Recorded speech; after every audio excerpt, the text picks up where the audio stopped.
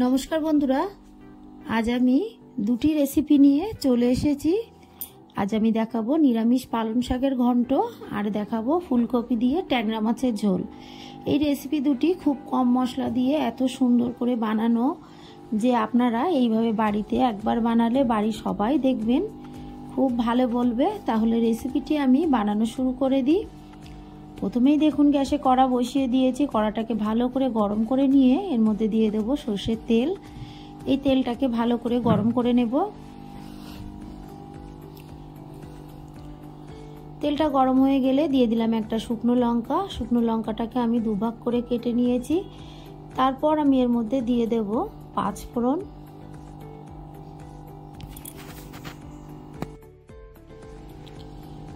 এই পাঁচমিশালি সবজি আপনারা বাড়িতে সহজভাবে একবার হলেও বানিয়ে খেয়ে দেখবেন কতটা ভালো লাগে। ফোড়নটা ভাজা হলে দিয়ে দিলাম হাফ টিস্পুন লবণ। লবণ দিয়ে আমি সবজিগুলো দিয়ে দেব। এখানে আছে ছিম, আছে আলু, বেগুন, আছে কুমড়ো। বেগুনগুলোকে ডুমো ডুমো করে কেটে নিয়েছি, কুমড়ো আলুগুলোকেও ডুমো ডুমো করে কেটে নিয়েছি, আর ছিমগুলোকে দেখুন ছোট ছোট করে কেটে নিয়েছি। আপনারা বাড়িতে আপনাদের পছন্দ মতো কাটবেন। ভালো করে নেড়ে নিলাম। তারপর এর মধ্যে আমি দিয়ে দেব কাঁচা লঙ্কা, দিয়ে দিলাম হলুদ গুঁড়ো, দিয়ে ভালো করে নাড়বো। নেড়ে সবজিটাকে কিছুটা ভেজে নেব।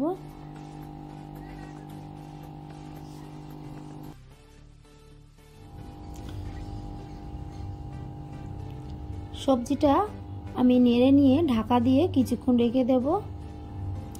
কিছুক্ষণ পর ঢাকাটা তুলে আমি আবারও নাড়বো। সবজিটা দেখুন 60% হয়ে গেছে। এই সময় আমি এর মধ্যে দিয়ে দেব পালং শাক।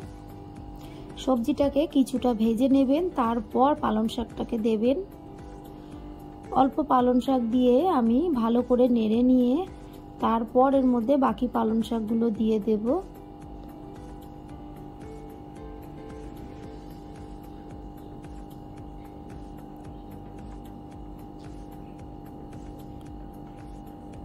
পালং শাকগুলোকে দিয়ে ঢাকা দিয়ে আমি বেশ কিছুক্ষণ রেখে দিয়েছিলাম। তারপর ঢাকাটা তুলে নেড়ে দেব। দেখুন শাকগুলো কতটা কমে গেছে আর কতটা জল বেরিয়েছে।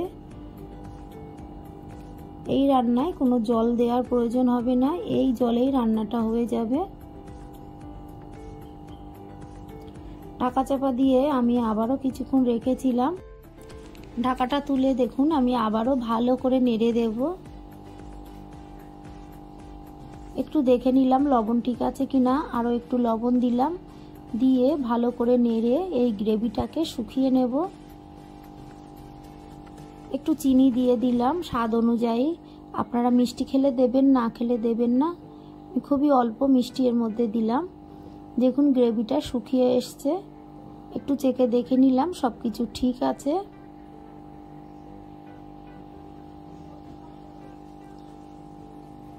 দেখুন পালং শাকের ঘন্ট নিরামিষ কত সুন্দরভাবে কম মশলায় করে ফেললাম। গ্যাসের ফ্লেমটাকে আমি অফ করে দেব।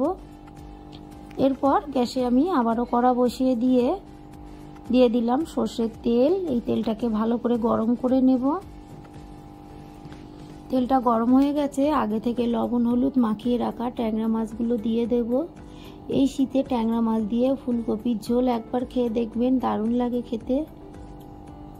আর আমি যেভাবে করছি এইভাবে একবার বানিয়ে খেয়ে দেখবেন, আপনাদের কেমন লাগে আমাকে কমেন্ট করে জানাবেন। ঢাকা চাপা দিয়ে আমি মাছটাকে ভেজে নেব, তাহলে তেলটা গায়ে ছিটকাবে না। ট্যাংরা মাছ, পাবদা মাছ এসব মাছ ভাজতে গেলে আমি ঢাকা দিয়েই ভাজি, তাহলে তেলটা গায়ে ছিটকায় না। আপনারাও ভাজবেন।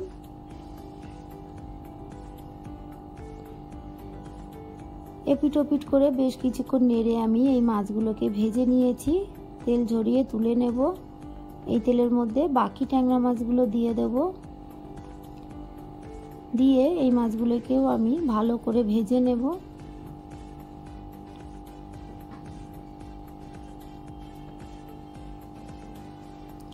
এই মাছগুলো ভাজা হয়ে গেছে, তুলে নিলাম।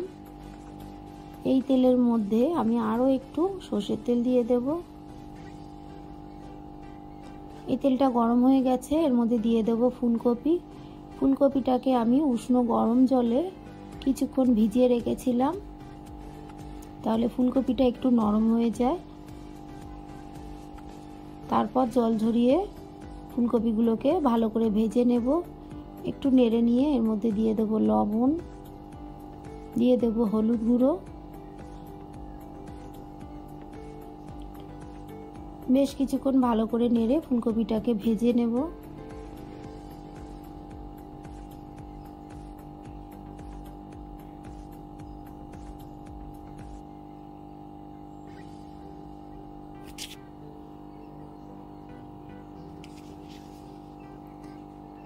দেখুন ফুলকপিটা ভাজা হয়ে গেছে, ফুলকপির গায়ে কালার এসে গেছে। ফুলকপিগুলোকে আমি তুলে নেব। এর থেকে খুব কড়া করে ভাজার দরকার নেই, এরকমই ভাজলেই হবে।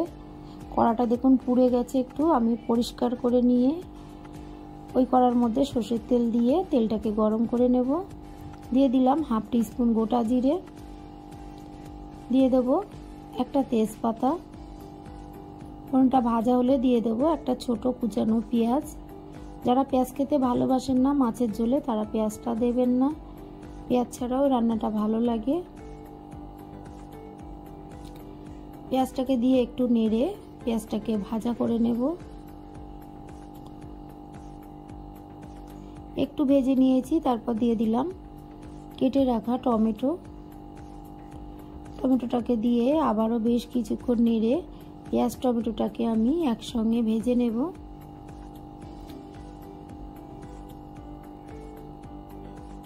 দেখুন টমেটো পেঁয়াজটাকে ভালো করে ভেজে নিয়ে দিয়ে দিলাম আদা বাটা, দিয়ে ভালো করে নেড়ে আদা বাটার কাঁচা গন্ধ না যাওয়া পর্যন্ত আমি নাড়তে থাকবো। ভালো করে কষিয়ে নিয়েছি, তারপর অল্প একটু জল দিয়ে দিলাম, দিয়ে আমি গুঁড়ো মশলাগুলো দেব। এই জল দিয়ে গুঁড়ো মশলা দেবেন, তাহলে মশলাটা পুড়ে যাবে না। হাফ টিস্পুন দিয়ে দিলাম জিরে গুঁড়ো, 1 টিস্পুন দিয়ে দেবো এর মধ্যে আমি ধনে গুঁড়ো। ধনে গুঁড়োটা একটু বেশি করেই দেবেন। এরপর দিয়ে দেবো লাল লঙ্কার গুঁড়ো, ঝালটা আপনারা যেমন খান সেই মতোই দেবেন। দিয়ে দিলাম চিরা কাঁচা লঙ্কা,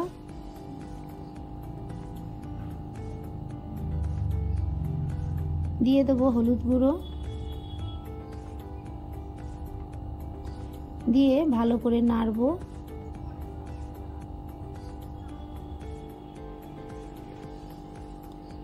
ভালো করে মশলাটাকে আমি কষিয়ে নিয়েছি, তারপর এর মধ্যে দিয়ে দিলাম কেটে রাখা আলু। আলুগুলোকে লম্বা করে কেটেছি, দিয়ে দিলাম লবণ। আপনাদের যেমন ইচ্ছা আপনারা সেই মতোই আলু কাটবেন।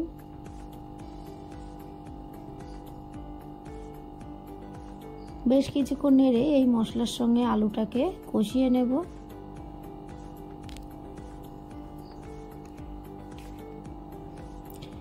আলুটাকে আমি কষিয়ে নেওয়ার পর দিয়ে দিলাম ভেজে রাখা ফুলকপি। ফুলকপিটাকে দিয়ে ভালো করে এই মশলার সঙ্গে কষিয়ে নেব।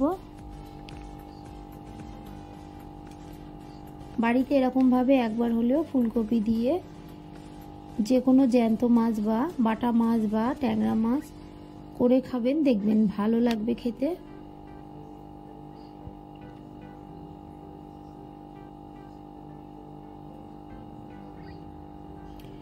ভালো করে কষিয়ে নিয়ে আমি দিয়ে দেব পরিমাণ মতো জল। আপনারা যতটা গ্রেভি রাখতে চান সেই মতোই জলটা দেবেন।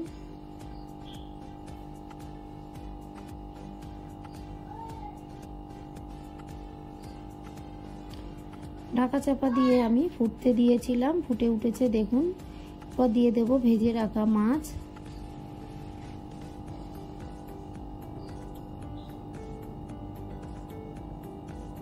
মাছগুলোকে দিয়ে বেশ কিছুক্ষণ আমি ফুটিয়ে নেব।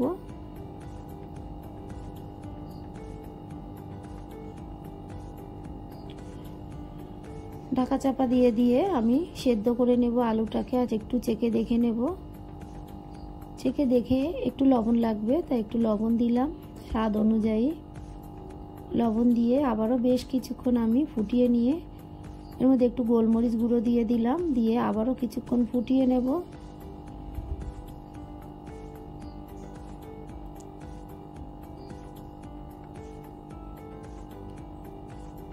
আপনারা চাইলে শেষে একটু গরম মশলাও দিতে পারেন, সেটা দিলেও দারুণ লাগে। গ্যাসের ফ্লেমটাকে আমি অফ করে দিলাম। দেখুন কতটা সুন্দর হয়েছে দেখতে, আর খেতেও কিন্তু ততটাই ভালো হয়েছিল। আমার এই সহজ দুটি রেসিপি আপনাদের ভালো লাগলে প্লিজ আমার চ্যানেলটিকে সাবস্ক্রাইব করে পাশে থাকা বেল আইকনটি ক্লিক করে দেবেন, তাহলে আমি যখন কোনো নতুন ভিডিও ছাড়বো সঙ্গে সঙ্গে আপনাদের কাছে পৌঁছে যাবে। রেসিপি দুটি ভালো লাগলে একটা লাইক করতে ভুলবেন না। রেসিপি দুটি কেমন লাগলো আমাকে কমেন্ট করে জানাবেন। ভালো থাকবেন, সুস্থ থাকবেন, আবার দেখা হবে পরের ভিডিওয়।